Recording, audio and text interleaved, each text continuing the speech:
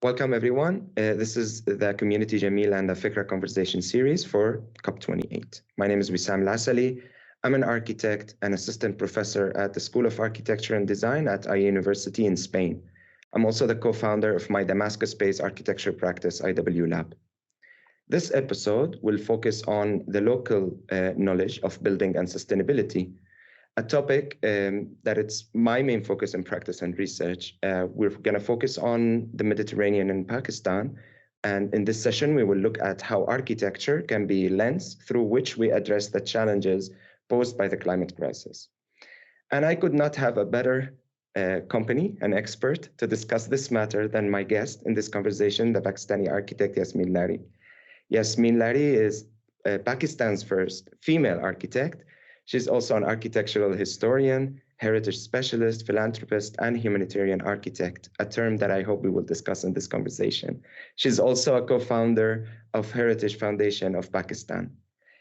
She graduated from Oxford Brookes University and pursued a very successful practice in Pakistan, where she built several landmarks before she retired from architectural practice in its conventional form, which I think we will also tap on this in this conversation. She worked then as a UNESCO consultant and focused her intervention in post-disaster housing. Since the earthquake in Pakistan 2005, she has devised various programs of structures and sustainable buildings with thousands of post-disaster shelters built with local material in the countries. Yasmeen has received many awards and recognitions, like the Hilal al-Imtiyaz from the Presidency of Pakistan and the Royal Gold Medal in 2023 awarded by the Royal Institute of British Architects. So let me start with a very practical questions. What keeps you busy these days? What are your projects right now? What are you doing? Right now, what I really want is, I want somehow that, at least in my country, there should be no displacement when a disaster strikes. Because I've seen so much of it, and I find that they never can get resettled. Once they leave their abode, they are driven out of it. It's more or less almost impossible to come back and restart your lives and get back to normal. Because before you do that, you are struck with another disaster. And that's why architecture can play a very important role in seeing that you build in a manner that is climate resilient. If we can do that, then women and children will not be having to go in and camp in the middle of nowhere on a high ground. And I think that is my main concern. And that's what I would like now to happen after last year's disaster, when 33 million of my people have been displaced because of the flood. And where 3 million families need not only shelter, but food and security and livelihood. It's all interrelated, right? Absolutely. And this leads me to the question about the role of architects that you tapped on. And I would like you to elaborate on the role of architects and emphasizing specifically on this plurality, because it seems like it has been disregarded lately, and architects are only considered as creative members. So can you elaborate on the role of architects in their immediate communities? Sure. I feel very strongly about how architects can serve humanity today. Because there's a great need for good designers to be able to have an improved environment for living, for everybody. And so far, the way the profession has progressed, and I find that, I was trained in the last century. You must know that, I was trained, I graduated in 1964. And it was a long time ago. But what I was taught at that time, I find many architecture schools are still pursuing the same kind of curriculum. Architects are still being trained to only work for the wealthy and for their own egos primarily, of course, as well. With the result that they don't feel that they have a role to play in what's happening around the world, whether it's climate change, whether it's SDGs, whether it's poverty. As a profession, we don't feel connected to that because we feel that we were trained for something more, something, better. But there is no better when majority of humanity today is suffering in that way, and when design can play such a crucial role.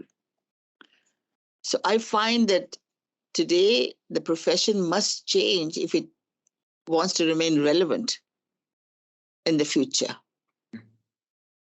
And we need to see how, and I know that young architects, such as yourself and your group and many others, are really keen today to see what they can do beyond what they were taught in terms of serving the elite or the wealthy.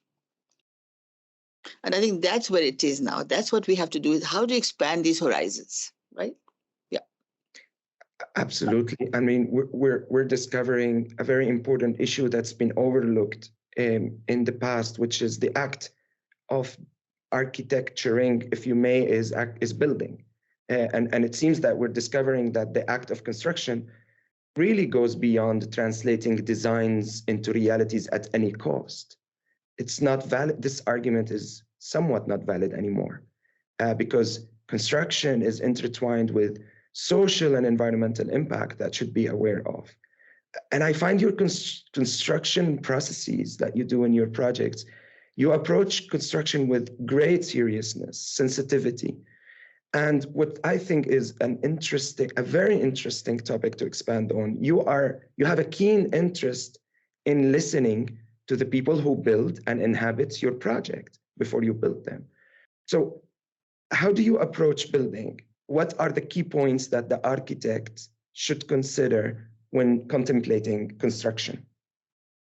Yeah, because, I've been fortunate, although it's been, of course, tragedy for my country that we've had so many disasters. But not every architect or every professional gets a chance to work in disaster areas. But because Pakistan has been confronted with either earthquakes or floods on a recurring basis, almost every second year, and I've had the chance to be able to work in all those areas where these calamities have happened. And also because I'm a woman, so I've had great possibility of interaction with women in these areas who normally are totally left behind. Nobody bothers about them. So I've had this kind of great advantages, if you like. And I want to use my skills to see how I can improve people's lives. It's not building structures, it's building lives, really, that's important. And architects can play a very significant role in this because, we all trained to be good designers, hopefully, because that's something that without it you can't really survive. But that design tool is so important when you have restricted resources, because you can make the best use of waste, best use of whatever you have available. You don't need to go out somewhere to do it. So everything that we talk about sustainability in terms of use of local materials, local expertise, local, whatever positive elements are available for you, you will use them. As an architect, you have the skill and the potential to be able to do it well. That's why we need many architects. We need really good architects, good designers to be in the field. And today I was discussing, and they were discussing with me about corruption in countries like mine and many others like us. And really, if you build in this manner, not only are you helping, of course, to save the resources of the planet, but also you're also talking of zero corruption. Yeah. Which means all the money that's available is being invested for people's welfare, not for somebody else's welfare. Mm-hmm. So I think it's very important for us to now just forget about funds from everywhere. Try to see what the resources are, and good architects should be in the field to see how they can mobilize, whether it's your waste resources, whether it's the natural resources, or whether it's the human resources. This profession is the best trained to do so, because you know how to use the context, you know how to use whatever is available, and you know how to coordinate and collaborate. So why aren't all the architects now in that field of humanitarianism? You tell me, Wesam. That's a fantastic question, which I actually thought to ask you. you, Yeah. you did that for me, but I think that I've been in when I was preparing for this conversation, I actually I reread, I have to say, a Guardian article, which was an interview with you, and you mentioned that you see charity is a colonial heritage in the region, which I totally agree. So I think there is also this global dynamics that also influence how projects are seen in what they call developing countries. I'm really glad you tapped on zero fund policy, which is, I have to say, I think from our practice is not easy, but it requires long-term commitment. How do you describe this long commitment? What keeps you pushing forward to continue pursuing all these phases one after another? Well, that's a very complicated question. But I think the fact is that, I think we have to divide our professionals into two groups. One are those who made it and who are now secure. And I think the time has come for them to pay back with all their services, with pro bono work for society. Mm. Then there are the young professionals who are just starting off. They are committed to doing something good, but obviously they can't afford it. So we have to find ways to see how they can earn by doing good also, not only working for the wealthy. Mm. So I happen to be, again, in a very fortunate position where I'm able to give back. And I feel committed to giving back.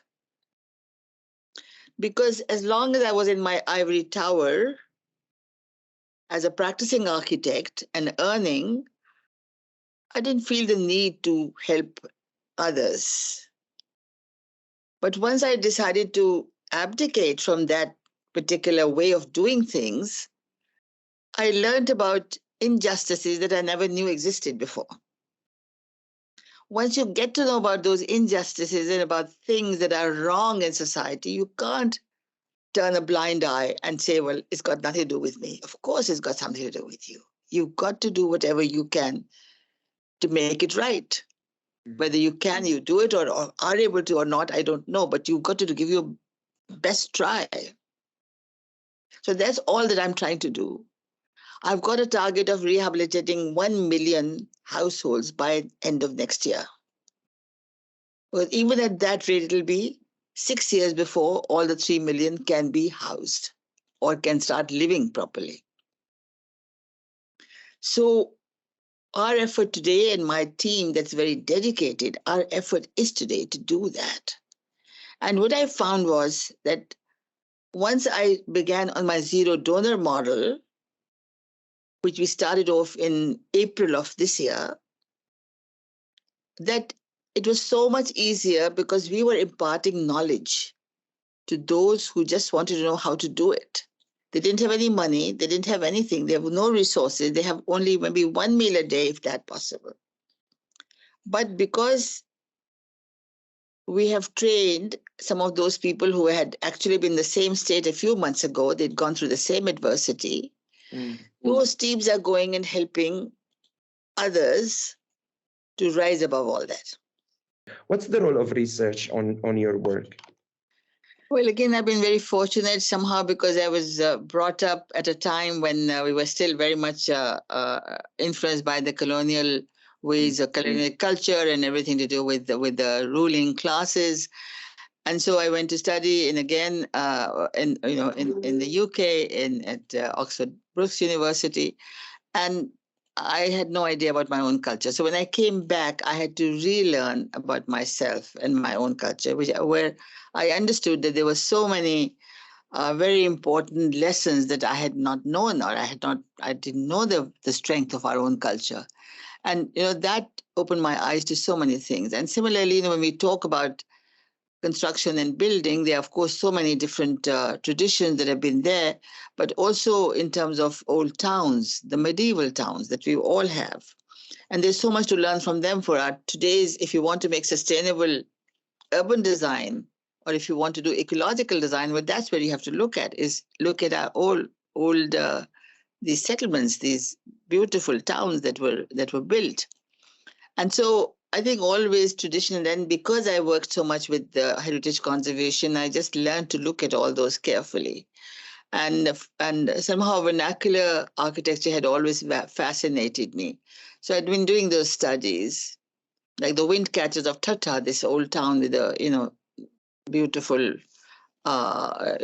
ways of, again, natural cooling systems. And so it's all there for us just to see if we can just forget about what we've been taught in our schools, because mostly it's all about contemporary kind of ways of doing things, which are very wasteful. So it's a way of going back and learning about oneself. And you'll find in every region, in every country, there are lessons that we can apply today. In the context of COP28 conference, now that governments are meeting, for example, to discuss this, what role do governments play to ensure the scalability? And how can we make sure we start to these discussions about building regulations to go beyond the conventional reinforced concrete centered design and construction? Yeah, I think COP28 can play a very crucial role because it's represented by governments, by politicians. Like the politicians who decide what kind of environment we should be living in. Yeah. So I think we just the politicians have to realign their own thinking. There has to be a paradigm shift. Like I feel there has to be a paradigm shift in the humanitarian kind of field. Similarly, a paradigm shift among the mindsets of the politicians to now move away from the symbols of being sort of so prosperous, because you are no longer prosperous when you have poverty levels of more than 50% living below the poverty line. What are we building these high-rise symbols for? High carbon and use of concrete should be absolutely minimized. Steel and cement, as you know, are the worst polluters in terms of carbon emissions. So as architects, I feel that we really carry a huge responsibility. All those professions involved in urban or built environment, or any built environment, even rural, need to realign their thinking. Must do that. And we must become, as I keep on saying, must become activists. Why are we passively accepting everything that's told to us? Unless we become champions of, I don't know, whatever you like, whether it's eco-urbanism, whether it's or sustainable construction, whatever you like, but become an activist. Fight for the cause. Otherwise, things will just carry on as usual. COPs will happen one after the other, as they have been happening for the last so many years. Where is your 1.5 limit, 1.5 centigrade limit of temperature? We haven't got it yet. In the foreseeable future, do we get it? I don't know. Yeah, it's definitely. I mean, if you look at it from the perspective of how sustainability has been approached for the last 2 decades, it was all gadget based, right? Like you do this electronic things that transfer something into something, and that has been a focus for many years. But again, it's kind of proving that those are localized solutions that cannot address the calamity that we're facing when it comes to the climate crisis in general. You tapped on informal construction. We've done a small research in Damascus, and we thought of introducing informal construction as a form of a vernacular construction, but it's antagonized and pushed to the limit. It's antagonized because it has been deprived from its local materials. It's been deprived from being, it's built in haste. It's built very quickly. So it is self-built architecture that could be, if architects play the role in these type of dwelling, it could be improved way better than the current conditions that they are. Oh, absolutely. Wissam, I think architects must now start focusing on these issues, because we can't say you bring back the traditional kind of way of building from the rural to the urban area. The urban area now has a different landscape altogether. But within that, you have to see how do you best use the resources, reuse the materials that are available. There's a very good term called urban mining, which means that you take the materials that are available and you see how you then put them to good use. But I think in the final analysis, what's important is to see how you can give everybody a safe structure to live in. Finally, we have to save lives. We're not trying to save buildings. So we need to see how we can get there and tell them, and we need a better quality of life for everybody, for their well-being, for their health, for being inclusive with women and children, And we need food security everywhere. So why can't cities become the place where you start growing? Everybody can start growing food everywhere. And that's why I want women in the forefront, because they will do it. Yeah. So all of it is possible. I mean, finally, cities are really the most dynamic places where people there are really innovative and they will do things. They just need a direction. I mean, I'm finding this. I'm working in Karachi now. We've taken up a couple of projects, and I find everybody is interested to do something to make it better. But you need architects to be in the forefront. Everybody needs guidance. We need those good designers to go there and say, okay, we'll help you to do it. Come and join hands. Right? That leads me to the last question, which is it ends in a more promising kind of note. I mean, this initiative between Community Jameel and afikra is dedicated to reaching young people. Right. In my teaching experience, I've observed a prevalent concern about environmental change among young architects and architecture students, which is very promising. You have been in many academic institutions. The last one is the University of Cambridge, where you served as the Marshall Professor for Sustainable Design. Fantastic. So as someone with this experience, extensive experience in practice and academia as well, I want to end this conversation with a message to young architects and architecture students, maybe those working in our regions, in the Middle East, in North Africa, and the Mediterranean, but also those who are working in the global South in general. Of course, as you must know, when they announced this RIBA gold medal, Royal Gold Medal, it came as a total surprise to me, right? Because I never expected that anybody, I pride myself, I was given this particular title called Architect for the Poorest of the Poor.